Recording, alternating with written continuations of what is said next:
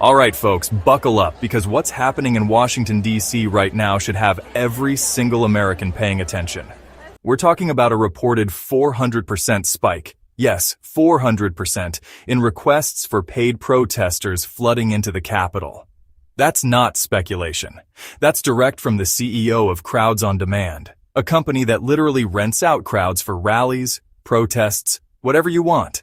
Suddenly, after Trump's move to federalize the D.C. police force, their phones are ringing off the hook. Now, I'm not saying every protester out there is getting paid, but when you see this much money getting thrown around to stir up drama in the streets, just as the city tries to get tough on crime, you really have to ask, what are the Democrats planning?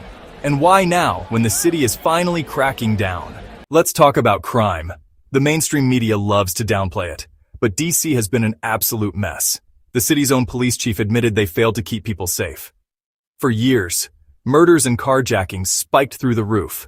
In 2023, D.C. quote, "S homicide rate was so bad it even beat out some Latin American capitals that are famous for violence.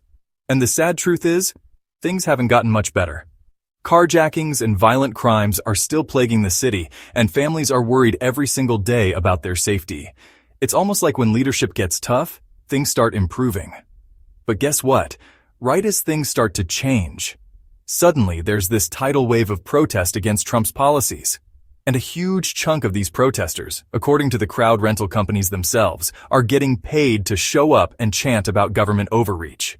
Now, you'll hear the fact-checkers say, oh, there's no proof every protester is on the payroll. Maybe not every single one. But why is a professional crowd company getting a 400% jump in business overnight, right after Trump gets tough? And let's not ignore the hypocrisy here. For years, D.C. quote, "S local government let crime spiral out of control. Now, as soon as the feds step in and the streets start to get safer, the left goes on the offensive. Paid or not, this is a coordinated push to undermine any progress made on public safety." So ask yourself, who really benefits from chaos in D.C.? Who profits when the city looks like it's falling apart?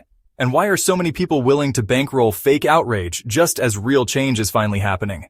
If you think this is just about protesting, think again. This is about power, control, and stopping the one guy who's finally making the Capitol safer for everyone. Stay sharp, stay informed, and don't buy the narrative. Because what's happening in D.C. is just the beginning.